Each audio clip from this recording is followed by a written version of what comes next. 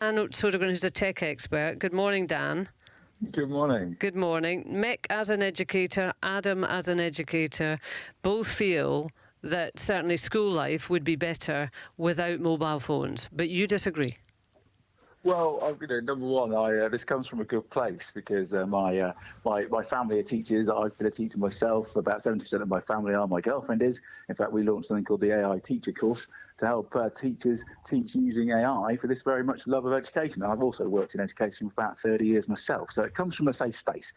The problem with education, and I have to say problem, is that education fundamentally as an industry hasn't really changed for about 200 or 300 years. We still teach people in the same way.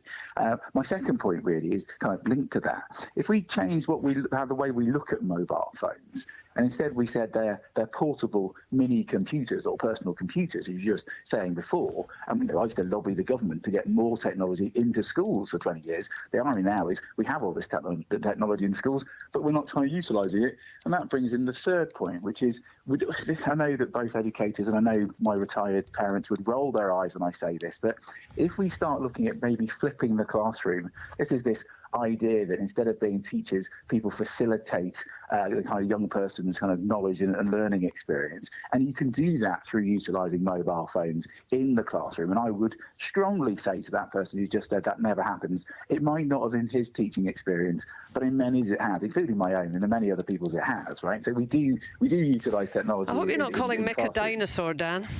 I don't know Mick personally, and I would never call anyone a dinosaur. He's a human being. He has feelings too.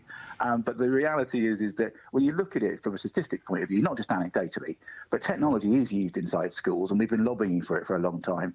But digital transformation of education, this is why I get so passionate about it, actually is about people. It's about people and teachers being willing to change. And you used the word dinosaur, not me. So yeah, I did. You're absolutely right. I was being a sleazy journalist. But I guess what you are suggesting is that Mick's being a bit old-fashioned. Mick, how would you respond to that?